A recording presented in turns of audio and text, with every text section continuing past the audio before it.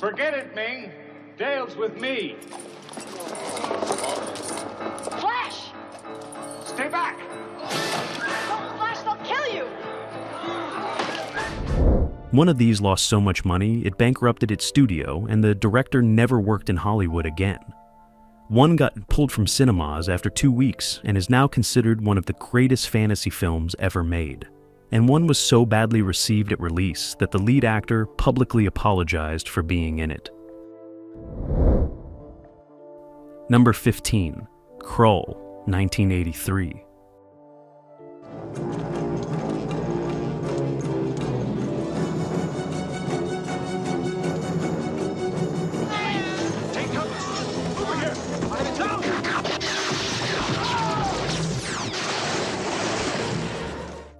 Columbia Pictures spent $47 million on this one, and got back $11 million domestically, which is the kind of financial mathematics that ends careers and quietly poisons development slates for years afterward. Nobody who greenlit Krull survived the decade with their reputation fully intact.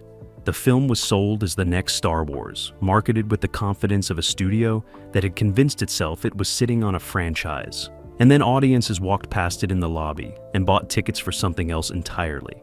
The premise combined science fiction and high fantasy in ways that should have worked and somehow did not connect at the time. An alien warlord called the Beast invades a medieval planet and abducts a princess. Her betrothed, Prince Colwyn, has to assemble a group of companions, retrieve a magical throwing weapon called the Glaive, and storm the Beast's fortress, which teleports to a new location every morning at dawn. The mythology is inventive, the production design is genuinely impressive, and the score by James Horner is one of the finest he ever wrote. Director Peter Yates brought genuine craft to the material. The Cyclops sequence, the Widow of the Web sequence, the Fire Mare's ride across the landscape are all executed with a visual ambition that the budget, despite its enormity, struggles to fully contain.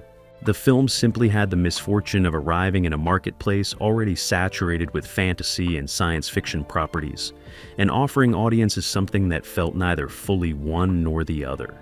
The BBFC in the UK passed it with minor cuts for a restricted release certification. Several European territories required edits to the violence sequences before approving theatrical certification. It is currently streaming on multiple platforms. The critical reappraisal began slowly in the 90s through home video and has accelerated steadily since. Nobody apologizes for loving Krull anymore. The discourse has moved entirely in its favor. Number 14, The Dark Crystal, 1982. Where good and evil struggle to possess.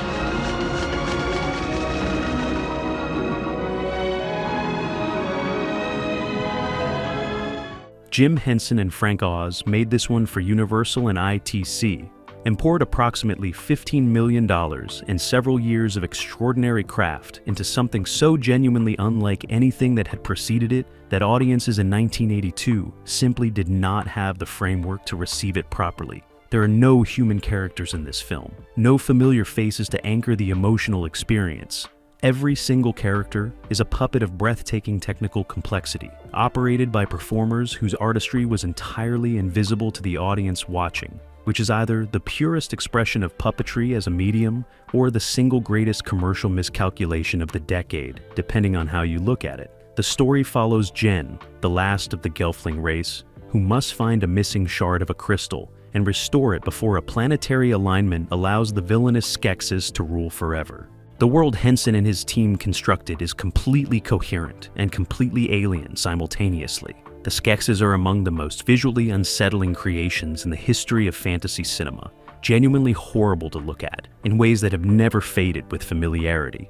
The film made approximately $40 million worldwide against its production and marketing costs, which Universal considered disappointing given the scale of the investment. Critics were divided in ways that reflected genuine uncertainty about what the film was and who it was for. Several reviewers noted that it was too frightening for young children and too strange for adults, which identified the exact commercial problem without resolving it. The base beat, DFC in the UK required cuts to several sequences involving the Skeksis before certifying it for general family release. Australia classified it with restrictions based on the intensity of certain scenes. It is currently streaming on Netflix alongside the prequel series Age of Resistance. The original film is now considered a landmark of fantasy cinema and a masterpiece of practical effects artistry. The reappraisal took about 15 years. It was worth the wait. Number 13. Labyrinth, 1986. War Saga.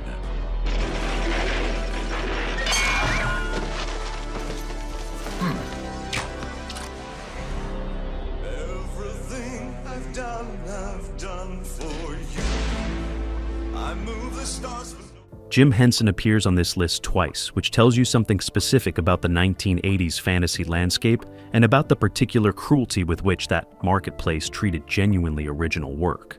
Labyrinth cost at $25 million, earned $12 million domestically in its original theatrical run, and was considered such a significant failure that it contributed directly to the financial pressures that surrounded Henson in his final years. He died in 1990 without knowing how completely the critical consensus would eventually reverse. The film follows Sarah, a teenage girl who wishes her baby brother away to the Goblin King, and then has 13 hours to navigate a magical labyrinth and retrieve him before he becomes a goblin forever. David Bowie plays Jareth, the Goblin King, and delivers a performance so committed and so specifically strange that it functions as both the film's greatest asset and the clearest explanation for why contemporary audiences were uncertain about it. Bowie is not playing a villain in any conventional sense. He is playing something more complicated and more unsettling, a figure of genuine menace and genuine glamour simultaneously, and the film never resolves that tension cleanly. Terry Jones wrote the screenplay, and George Lucas produced it. The combination of their sensibilities with Henson's visual imagination produced something tonally unlike anything else the decade generated. The practical creature work is extraordinary throughout. The scenes in the Goblin City and the Escher Room finale just represent the outer limit of what could be achieved without digital effects. The BBFC passed it with minor cuts for family release in the UK. Several European territories required edits to specific Bowie sequences before certifying for general audiences. It is currently streaming on multiple platforms. The generation that was the right age for it in the late 80s and early 90s built a devotion to this film that has only intensified over time. The grosses from its theatrical re-release in recent years have been considerable. What is corruption? Look, ugly one-horned mule. What is evil? Jack! What? Legend, 1985. Ridley Scott directed this one for Universal between Blade Runner and Aliens, which is the most remarkable placing in a filmography of the entire decade. And it bombed so thoroughly in the United States that the studio released a completely different version with a completely different score. Scott had made a film of genuine darkness and genuine fairy tale logic, something closer to the Brothers Grimm than to the Disney tradition, and Universal decided that was the problem, and replaced his cut with something lighter and more conventional for the American market. Tom Cruise plays Jack, a forest boy in a world of eternal light who loves a princess named Lily, played by Mia Sara. Tim Curry plays Darkness, the embodiment of evil who wants to kill the last unicorns and plunge the world into eternal night. Curry's performance, achieved through 4.5 hours of prosthetic makeup application every single morning of the shoot, is one of the most extraordinary physical achievements in fantasy cinema.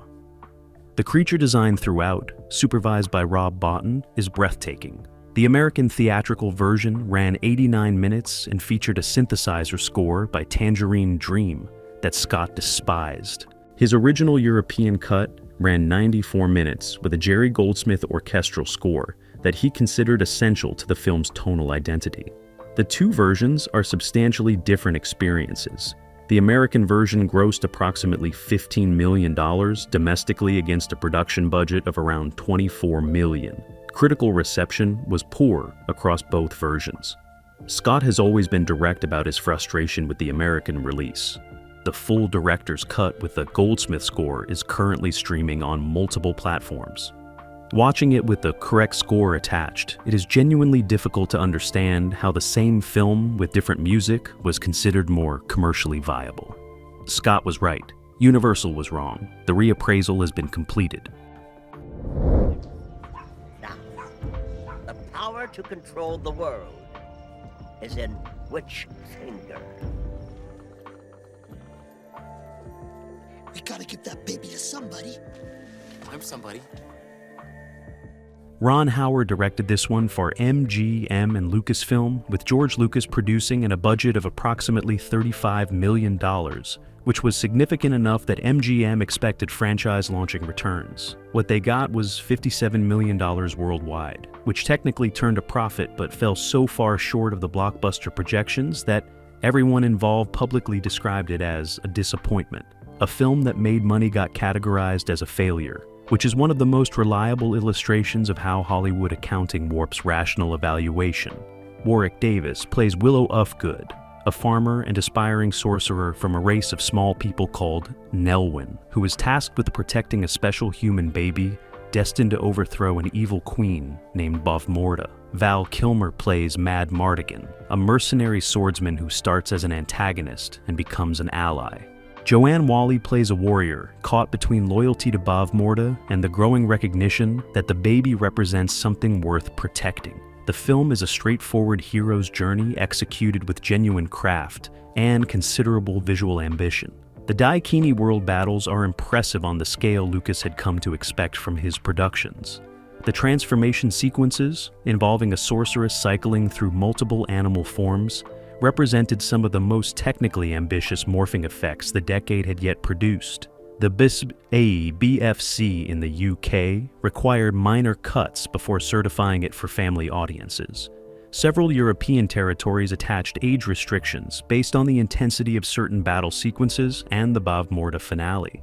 It is currently streaming on Disney Plus alongside the sequel television series Willow, which arrived in 2022 and introduced a new generation to the original film.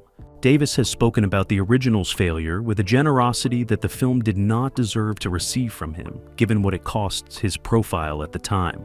The reappraisal has been substantial and is still accelerating. Number 10. Conan the Barbarian, 1982.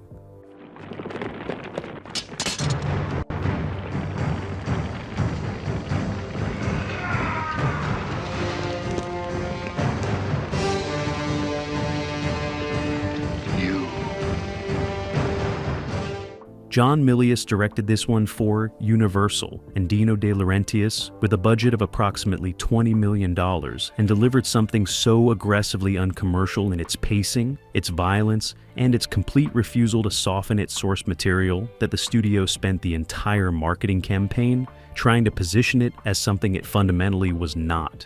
The trailer suggested an action spectacle. What audiences found in the cinema was closer to a 2-hour meditation on strength, loss, and revenge, told with the solemnity of an ancient myth.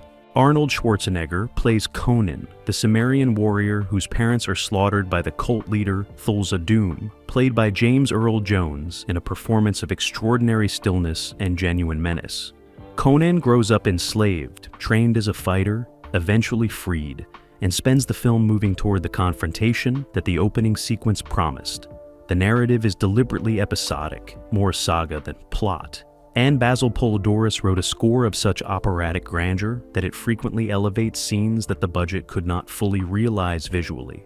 The film grossed around $68 million worldwide, which sounds substantial until you factor in marketing costs that push the total expenditure considerably higher. Universal considered it underperformance for a film they had positioned as a potential franchise cornerstone. Critical reception was deeply divided, with many reviewers objecting to the violence and the film's apparent endorsement of might as a moral framework. The BBFC in the UK required substantial cuts to several violent sequences before certifying it for restricted release. Australia classified it for adults only. West Germany required cuts and attached an adults-only classification. Several American regional boards attempted local restrictions based on the violence content. It is currently streaming on multiple platforms. Schwarzenegger has said repeatedly that this remains his favorite of his own films. The score alone justifies that assessment entirely. Number 9, Excalibur, 1981.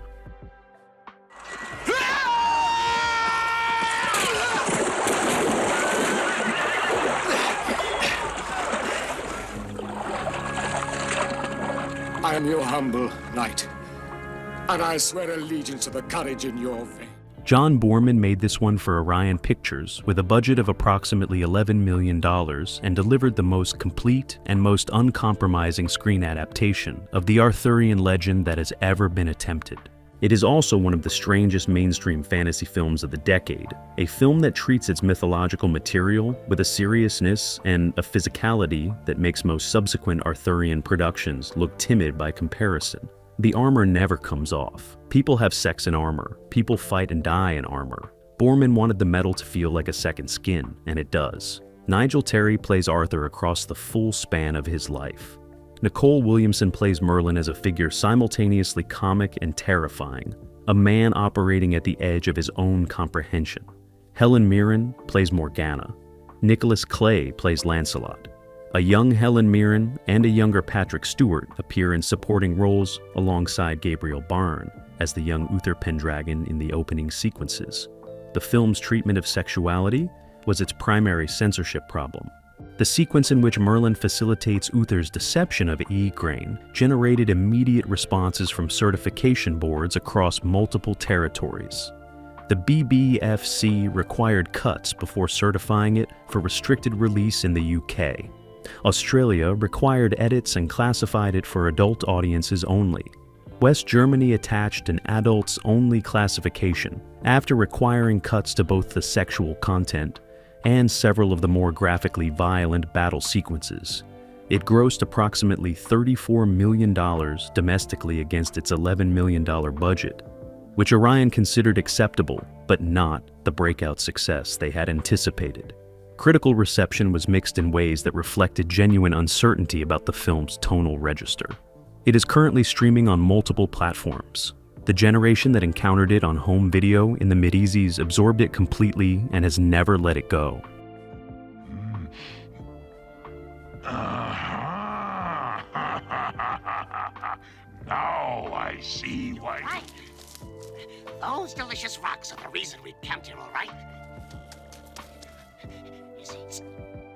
Wolfgang Petersen made this West German production for Constantine Film and Warner Brothers with a budget of approximately $27 million, which made it the most expensive film produced outside the United States or the United Kingdom at that point.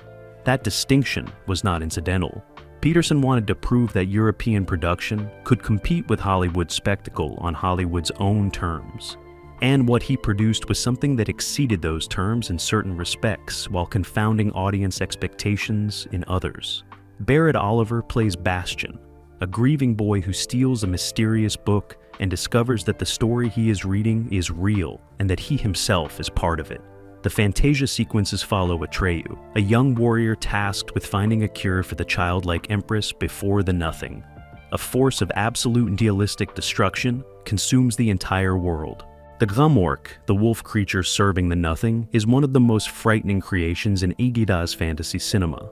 The Swamps of Sadness sequence, in which Atreyu's horse Artak slowly sinks while Atreyu screams and cannot save him, traumatized a generation of children in ways they are still discussing in therapy decades later. The film grossed approximately $20 million domestically in its initial American release, which fell short of Warner Brothers' expectations for a production of that scale. Critical reception was mixed, with several reviewers noting tonal inconsistencies between the darker fantastical sequences and the more conventional adventure material. The BBFC passed it with a minor cuts for family release. Several European territories attached age restrictions depending on the intensity of the Nothing sequences and the Gemort confrontation. It is currently streaming on multiple platforms. Leek Michael Ende, who wrote the source novel, publicly disowned the adaptation and pursued legal action against the production. His objections were aesthetic rather than censorious. the film ignored his complaints and became a landmark anyway.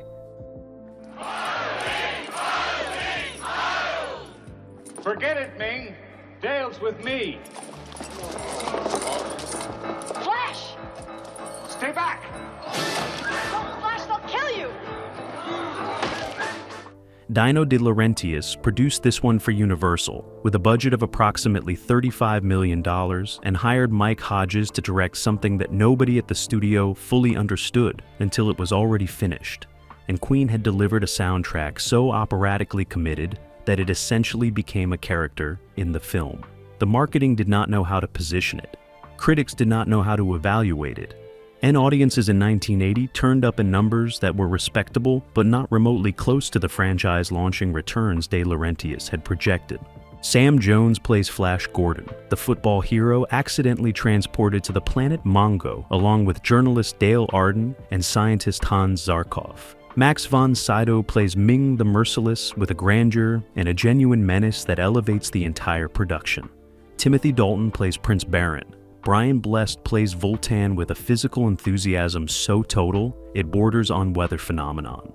The film is simultaneously completely sincere and completely aware of its own absurdity, which is an extraordinarily difficult tonal balance to maintain, and which Hodges holds for almost every frame. The film grossed approximately $27 million domestically, which against production and marketing costs represented significant underperformance. Universal had anticipated something considerably larger. Critical reception ranged from dismissive to baffled, with most reviewers uncertain whether the film's campy register was intentional or symptomatic. The B by FC in the UK required minor cuts before certifying it for general release. Several European territories attached age restrictions based on certain violent sequences. It is currently streaming on multiple platforms. The Queen soundtrack is now considered one of the finest scores ever composed for a fantasy film. Jones was largely abandoned by Hollywood after the film's commercial disappointment, which remains one of the decade's more unjust career outcomes. Number 6. Big Trouble in Little China, 1986. Great deal of trouble. Half a city block explodes in a ball of green flame. Green flame! I mean, so all hell is breaking loose here. Please.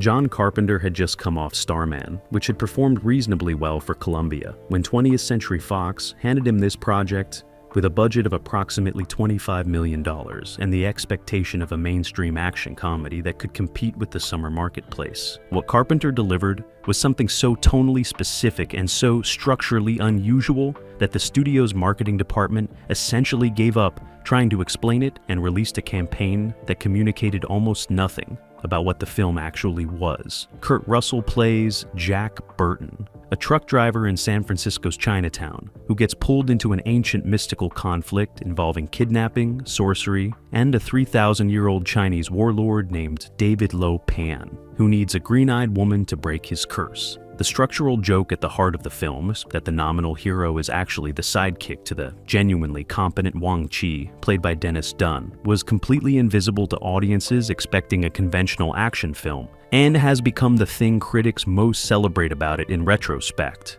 The film grossed approximately $11 million in its opening weekend, against a production cost that required considerably more. Fox pulled it from wide release after 2 weeks. The theatrical run was effectively over before word of mouth had time to develop. Carpenter was furious and has spoken at length about the studio's mishandling of the release. The BBFC in the UK required cuts to certain martial arts violence sequences before certifying it for release. Several European territories attached age restrictions. It is currently streaming on multiple platforms. The home video release transformed its commercial standing entirely, and the reappraisal has been so complete that it is now considered one of Carpenter's finest films. The theatrical failure still rankles him. Given what survived it, that frustration seems simultaneously understandable and unnecessary. Number 5. Ladyhawke, 1985. Matthew Broderick, a pickpocket who thought that anything was better than prison. Unexplainable matters, and I beg you not to make me a part of them. The knight who had saved him wanted only two things. Richard Donner directed this one for Warner Brothers with a budget of approximately $20 million and delivered a medieval fantasy so genuinely romantic and so visually beautiful that its commercial failure feels like one of the most inexplicable outcomes the decade produced. The film has everything: an extraordinary cast, a compelling central curse, Felipe Rousselot's cinematography, turning the Italian and English locations into something approaching a painted dream. And then the score arrived and the studio released it anyway. And the combination of those two decisions cost the film the audience it deserved. Matthew Broderick plays Philip Gaston, a thief who escapes from the dungeons of Aquila and falls in with a mysterious knight named Navarre, played by Rutger Hauer, and his companion, a hawk. Michelle Pfeiffer plays Isabeau, who is the hawk by day and a woman by night, while Navarre becomes a wolf by night, ensuring the two lovers are perpetually separated and perpetually together, always almost touching and never quite. The curse was designed by a bishop who wanted Isabeau for himself, and the film's villain is consequently one of the more genuinely hateful in the decade's fantasy output. The problem was Alan Parsons' project. Donner used their synthesizer rock score over a medieval setting, and the anachronistic collision jarred audiences out of the film's carefully constructed atmosphere at regular intervals. Critics seized on it immediately. The grosses reflected the damage. The film made approximately $18 million domestically, which fell significantly short of Warner Brothers' expectations. The BBFC in the UK passed it with minor cuts for general release. Several European territories attached age restrictions based on certain violent sequences involving the wolf transformation. It is currently streaming on multiple platforms. The score remains the obstacle it always was, but enough people have learned to look past it that the film's reputation has recovered substantially. Pfeiffer has called it one of her favorite films she ever made. Number 4. Dragonslayer, 1981. Going back on my word. You get your rest. We travel further west in the morning.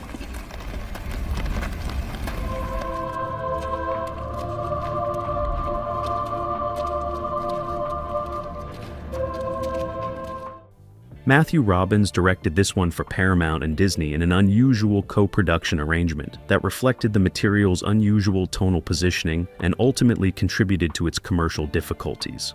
Disney's involvement suggested family entertainment. The film Robbins delivered was something considerably darker, a genuinely frightening fantasy about sacrifice, faith, and the uncomfortable relationship between heroism and luck that has almost nothing reassuring to say about any of those subjects. Peter MacNicol plays Galen, a young sorcerer's apprentice who travels to a kingdom terrorized by an ancient dragon named Vermithrax Pejorative, which remains the finest name ever given to a screen dragon and possibly the finest name given to any screen creature. The dragon is achieved through a combination of go-motion animation and full-scale practical construction, and represents one of the greatest creature effects achievements in the history of fantasy cinema. Vermithrax moves with genuine weight and genuine menace, and the sequences in the dragon's lair are frightening in ways that most fantasy films of the era never approached.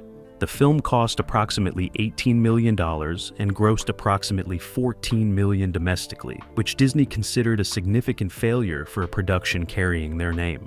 The darkness of the material, which includes the dragon's lair filled with partially consumed human remains, and a climax that subverts heroic convention completely, confused audiences expecting something more conventionally triumphant. The BBFC in the UK required cuts to several of the dragon attack sequences and the lair sequences before certifying it for family release.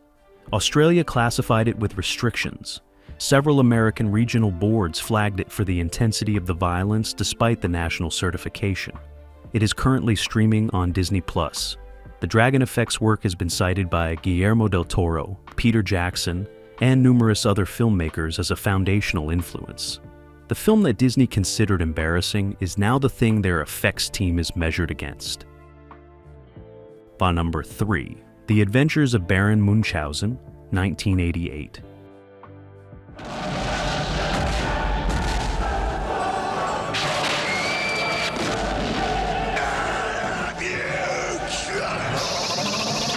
Trust me, madam. Your underwear is in good hands.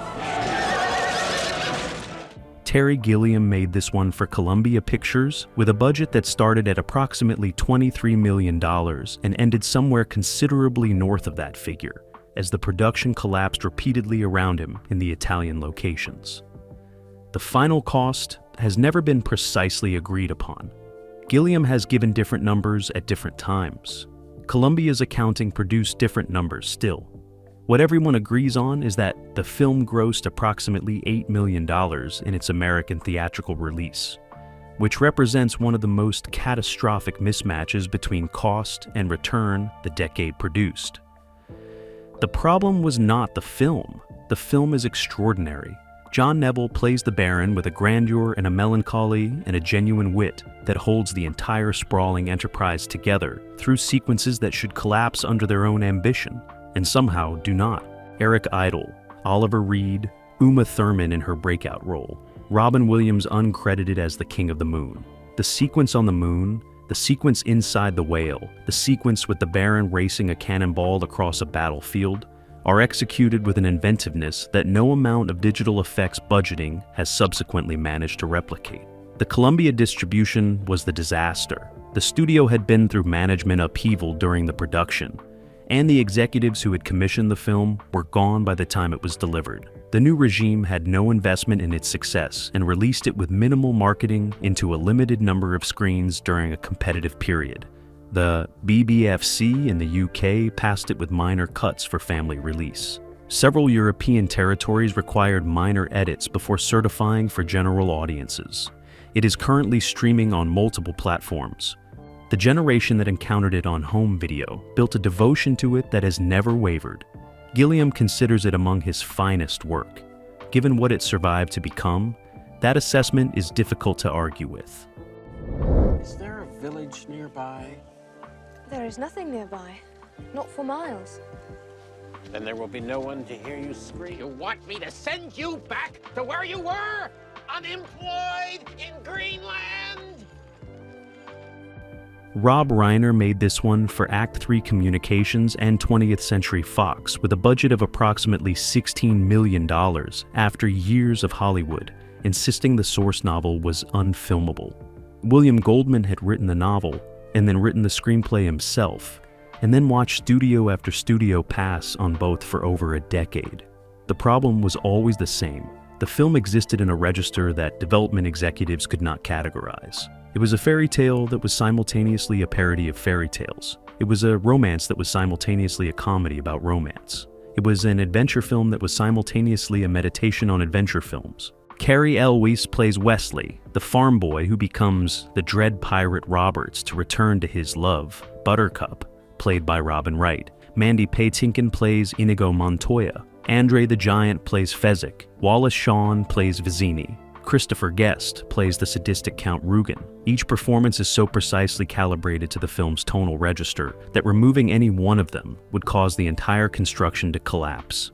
The film grossed approximately $30 million domestically in its original theatrical run, which Fox considered disappointing. For a production with that level of talent attached, the marketing campaign had struggled with exactly the same categorical problem that had made studios reluctant to make the film in the first place. The trailers could not explain what kind of film it was, because it was several kinds simultaneously. The BBFC in the UK passed it without cuts for general family release. The home video release the following year transformed its commercial standing entirely within months. It is currently streaming on Disney+. Goldman spent years watching studios refuse to make it, and then watched the film they eventually allowed him to make become one of the most beloved of the century. He died in 2019. The film will outlast everyone who ever doubted it. On number 1, Blade Runner, 1982. He say you're under arrest, Mr. Decker. Got the wrong guy, pal. Lofa, Nikolma. He say you Blade Runner. Tell him I'm eating. Captain Brian Stoker. Ridley Scott made this one for Warner Brothers and the Ladd Company with a budget of approximately $28 million and delivered what is now considered one of the 10 greatest science fiction films ever made, possibly the single most influential visual work the genre has produced. A film whose aesthetic has shaped architecture, fashion, advertising, and every subsequent vision of the near-future urban environment so completely that the world it imagined has spent 40 years gradually becoming the world we actually inhabit. At the time, it grossed approximately $14 million in its opening 2 weeks and was considered a significant commercial and critical failure. Harrison Ford plays Rick Deckard, a retired Blade Runner, which is the film's term for a detective whose function is to hunt and retire escaped replicants, which is the film's term for synthetic humans. The replicants he is hunting are led by Roy Batty, played by Rutger Hauer, who is searching for his creator in the hope of extending a lifespan deliberately designed to be brief. The film is set in Los Angeles in 2019, a city of permanent acid rain and overcrowding and luminous advertising and overwhelming darkness, designed by Sid Mead, with a specificity so complete that every background detail rewards sustained examination. The studio forced a theatrical cut that included a voiceover narration from Ford, recorded under protest, and a happy ending involving footage from Stanley Kubrick's The Shining. Ford has never concealed his contempt for either edition. The narration in particular flattens the film's moral ambiguity into conventional noir explanation, answering questions the film was designed to leave permanently open. The BBFC in the UK required cuts to several violent sequences before certifying it for restricted release. Australia classified it for adult audiences. Several European territories required edits before approving theatrical certification. Scott released a director's cut in 1992, removing the narration and the happy ending. In 2007, he released the final cut, the only version over which he has had complete creative control, restoring specific sequences and refining the visual effects throughout.